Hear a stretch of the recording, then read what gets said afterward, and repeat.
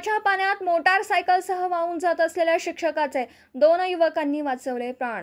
सिंदखेडराजा तालुक्यात तुफान पाऊस, नदी नाल्यांना पूर। सिंदखेडराजा तालुक्यात आज सकाळपासूनच मुसळधार पाऊस सुरू झाला, त्यामुळे परिसरातील नदी नाल्यांना मोठा पूर आला। अशातच सोनोशी नदीला आलेल्या पुरातून एक शिक्षक मोटारसायकलवर शाळेत जात असताना पुरात वाहून जात असताना काही तरुणांनी समयसूचकता दाखवत त्याचा जीव वाचवला। दोनही तरुणांचं कौतुक केलं जात आहे।